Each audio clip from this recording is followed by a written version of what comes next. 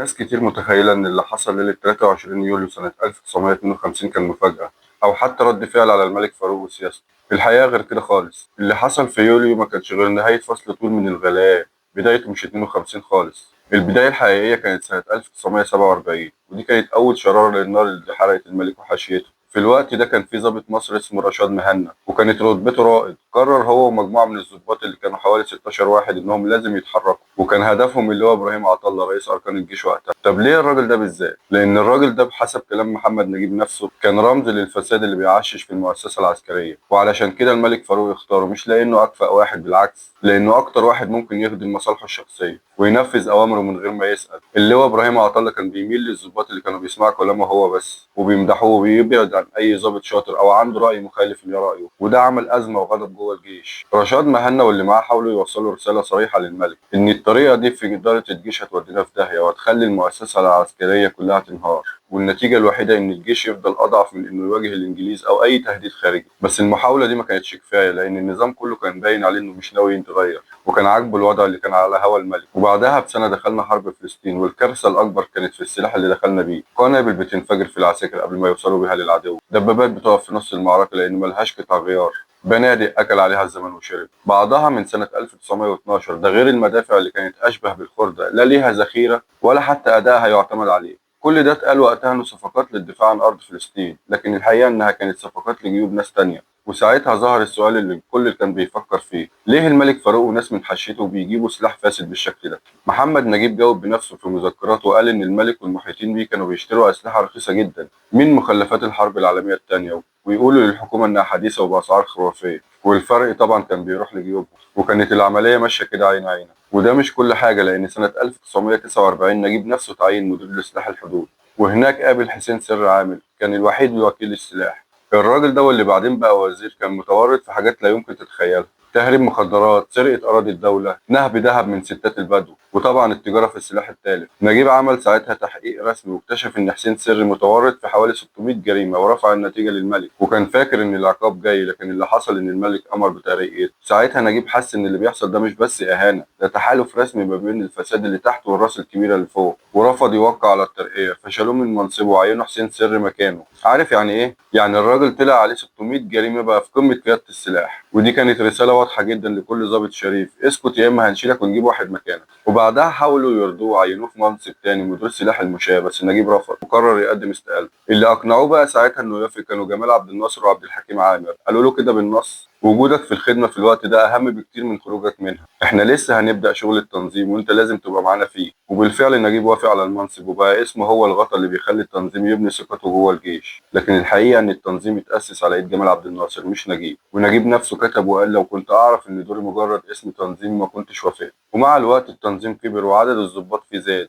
وكان شغال في السر من غير ما حد ياخد باله أو يعرف عنه حاجة، يرصد، يراقب، يجمع معلومات، يوزع الأدوار. لكن البلد كانت بتولع، الملك مش شايف غير مصالحه، الإنجليز متمكنين، والناس في الشوارع بتغلي من الجوع والفساد. وجه اليوم اللي خلى كل حاجة تمشي بشكل أسرع: 25 يناير سنة 1952، معركة الإسماعيلية. الإنجليز دخلوا ضربوا اسم الشرطة وقتلوا أكتر من 50 ضابط وعسكري. الشوارع ولعت والناس فقدت آخر ذرة أمل في الدولة. ساعتها التنظيم قال: كفاية كده. اللي كانوا في مجلس قيادة الثورة كانوا 14 واحد: جمال عبد الناصر، محمد نجيب، عبد الحكيم عامر، أنور السادات، زكريا محي الدين، حسين الشافعي، صلاح سالم، كمال الدين حسين، جمال سالم أخو صلاح سالم، حسن إبراهيم، عبد اللطيف البغدادي، خالد محي الدين، ويوسف صديق، ورشاد مهنا. وبدأوا يحطوا خطة نهائية واتفقوا على ساعة الصفر، وكل واحد كان ليه دور: عبد الحكيم عامر مع القوات، حسين الشافعي مع الدبابات، زكريا محي الدين مع الشرطة العسكرية. وكان الهدف واحد: السيطرة على كل مفاصل الجيش في ليلة واحدة قبل ما الملك أو الإنجليز يتحركوا.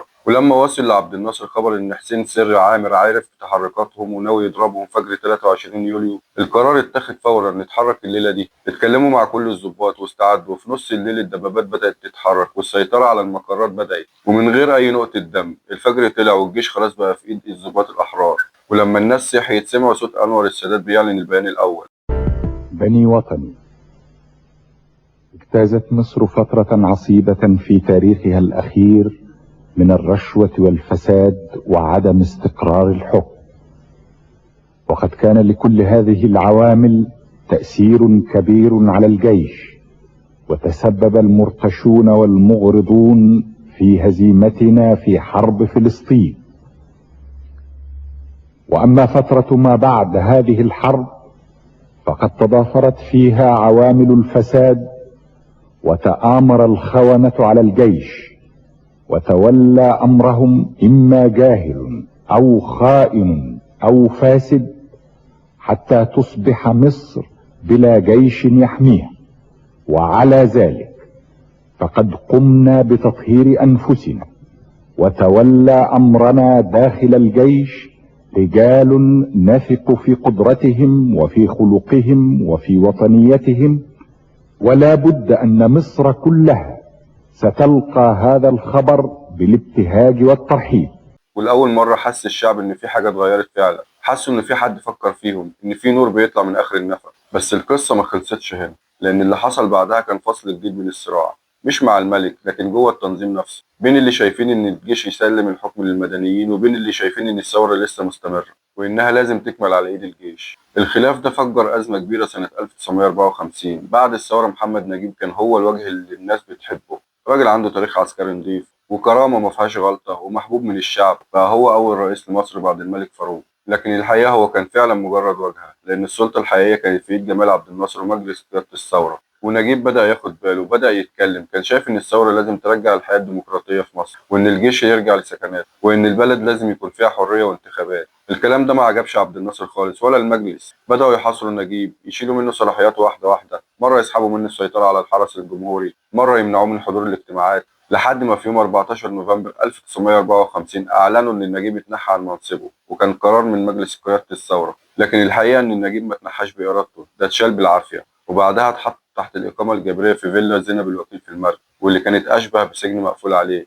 ممنوع يقابل حد، ممنوع حتى يكتب مذكراته أو يتواصل مع حد. فضل هناك سنين، اتنسى، اتكتم صوته، لحد ما جه السادات وفك الحظر عنه شوية وسمح له بكتابة مذكراته اللي نزلت بعد كده بعنوان كنت رئيسا لمصر. ومات نجيب يوم 28 أغسطس سنة 1984 بعد ما عاش سنين طويلة في عزلة، وكان أول رئيس جمهورية لمصر وآخر رئيس يسيب المنصب من غير ما يكون عايز يمشي. أما بقى عبد الناصر فاستولى على المشهد كله، بقى هو القائد والزعيم والرمز، وأسس نظام جمهوري قوي وبدأ يبني في السد العالي ويأمم قناة السويس وواجه العدوان الثلاثي في سنة 56. لكن على الناحية التانية بقى في تضييق على الحريات وحبس معارضين وانفرد بالقرار.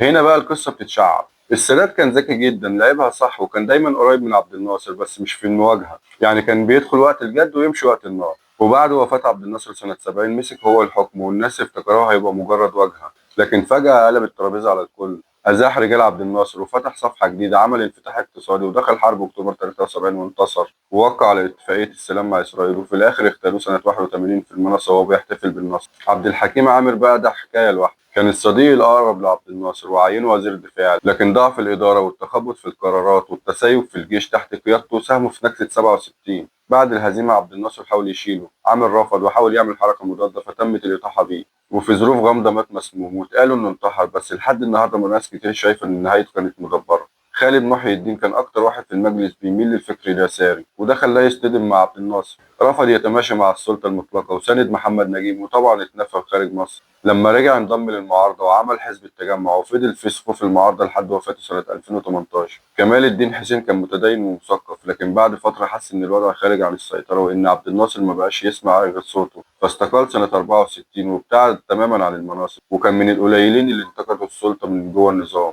وبرضه تعرض للتهميش. حسين الشافعي كان من المقربين لعبد الناصر ومسؤول عن بعض الملفات الاجتماعية، فضل موجود في الصورة لحد عهد السادات لكنه ما كانش مؤثر قوي، تولى منصب نائب الرئيس إنما دوره كان بروتوكولي أكتر منه فعلي. صلاح سالم ده بقى كان من الناس اللي لعبت دور كبير في الثورة بس ما استمرش كتير، دخل في مفاوضات مع السودانيين وقت الوحدة واتهموه بالفساد وبعد كده تم تهميشه، ومات سنة 1962. يوسف صديق وده كان بطل الليلة الأولى للثورة، هو اللي اتحرك قبل الميعاد وسيطر على قيادة الجيش وكان ليه دور محوري في نجاح الانقلاب، لكنه برضه كان ليه موقف رافض للديكتاتورية. لما شاف اللي بيحصل انسحب، بعد تماما وفضل طول عمره بعيد عن السلطة وعاش فقير ومجهول لحد ما وفاته. زكريا محي الدين كان معروف بالانضباط والهدوء، مسك المخابرات والداخلية وكان مرشح يخلف عبد الناصر بعد نكسة 67، لكنه رفض وفضل معتزل السياسة لحد وفاته. وفي الآخر المجلس اللي بدأ بحلم مشترك انتهى بصراعات ومؤامرات وتفرقوا كل واحد في طريق، بعضهم حكم وبعضهم اتقتل وبعضهم اتنفى وبعضهم انسحب بصمت.